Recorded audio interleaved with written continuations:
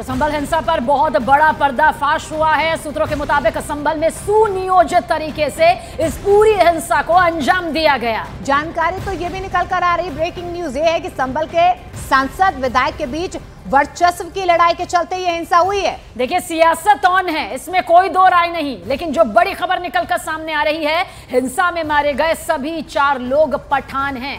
और सूत्रों के मुताबिक तुर्क सांसद के समर्थकों की गोली से ही 4 लोगों की मौत हुई, यानी कि जो विधायक के समर्थक थे उनकी मौत हुई।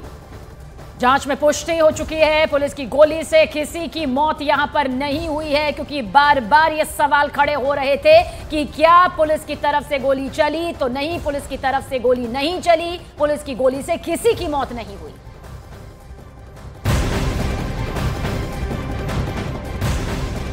बड़ी खबर आपको बता दें, संभल हिंसा में अब तक कुल 7 FIR दर्ज भी हुई है। देखिए, FIR के मुताबिक भीड़ ने SI की पिस्तौल छीनने की कोशिश की। भीड़ के अंदर से आवाज आई, सर्वे नहीं होने देंगे। FIR में यह भी जिक्र है कि भीड़ ने आंसू गैस के गोले छीनने की कोशिश की। साजिश के तहत पुलिस पर पत्थरबाजी भी की गई है। तो बड़ी खबरें निकलकर यहां पर सामने आ रही है। संभल हिंसा एक ऐसी हिंसा जिसमें कई बड़े खुलासे हो चुके हैं, जो बताते हैं कि कितनी बड़ी साजिश इस पूरे हमले या फिर हिंसा के बीच में हुई होगी। आखिर इसका सूत्रधार कौन है, साजिश के पत्थर के पीछे का मास्टरमाइंड कौन है, ये तमाम बड़े खुलासे।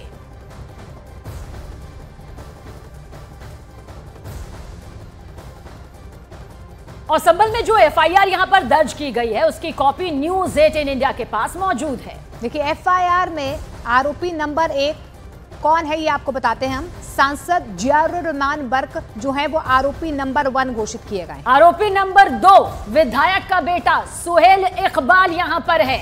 इसके अलावा FIR में यह भी लिखा गया है कि 700 से 800 अज्ञात लोग जो हैं वो आरोपी है, कहीं ना कहीं इन पर भी आरोप लगे हैं। और इतना ही नहीं, इसमें यह भी दर्ज है कि भीड़ घातक हथियारों से लैस थी, यानी कि जो भीड़ नजर आ रही थी, सिर्फ पत्थर उनके हाथों में नहीं थे, बल्कि कुछ ऐसे भी थे जिनके हाथों में खतरनाक हथियार थे।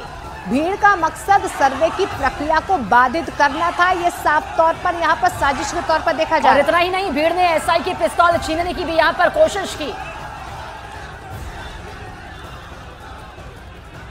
तो देखिए, आपको बता दें कि जिस कॉपी का जिक्र किया जा रहा है, यानी कि संभल में जो FIR दर्ज की गई है, उसकी कॉपी न्यूज़ 18 इंडिया के पास है। FIR में आरोपी नंबर 1 सांसद जियाउर रहमान बर्क को रखा गया है। अब आरोपी नंबर 2 समझिए, विधायक का बेटा सुहेल इकबाल, इसे भी आरोपी यहां पर बनाया गया है। FIR में इस बात का भी जिक्र है कि 700 से 800 अज्ञात लोग जो हैं वो आरोपी, कहीं ना कहीं सीधे तौर पर इन पर भी आरोप लग रहे हैं। और समझिए किस तरह से जिस भीड़ को यहां पर दिखाया गया, जो सामने आई, ये भी इसमें दर्ज है कि घातक हथियारों से वो लैस थे, यानी उनके पास खतरनाक हथियार भी मौजूद थे।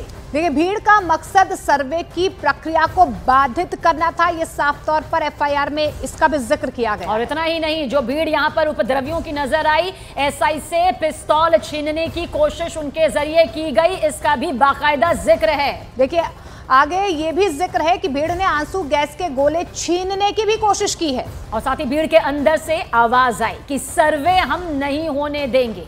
साफ तौर पर यह भी जिक्र है कि साजिश के तहत पुलिस पर पत्थरबाजी की गई है।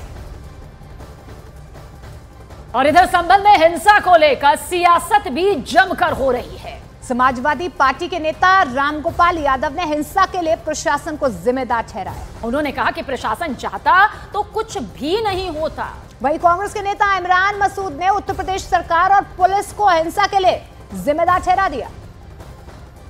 संभल में जो कुछ प्रशासन कर रहा है 100% गलत कर रहा है। प्रशासन की लापरवाही से, बल्कि प्रकार मैं तो ये आरोप लगा रहा हूं, प्रशासन ने जानबूझकर वहां ये सब अशांति पैदा करने का काम किया है। प्रशासन चाहता कुछ भी नहीं हो सकता था। प्रशासन ने ही लोगों को जो जा रहे थे मस्जिद में नारे लगाते हुए उकसाया और ये प्रदर्शित किया कि जैसे मस्जिद पे लोग कब्जा करने जा रहे हैं, जिसकी वजह से ये सब कुछ हुआ। इमरान मसूद जी, क्या निर्णय लिया है कांग्रेस पार्टी ने, जो पूरा मामला? राहुल जी के नेतृत्व में हम लोग जाएंगे। ये जो लगातार लॉ एंड ऑर्डर की सिचुएशन यूपी में, आप यूपी से बिलोंग करते हैं, उस पर क्या कहना चाहेंगे? देखिए, उत्तर प्रदेश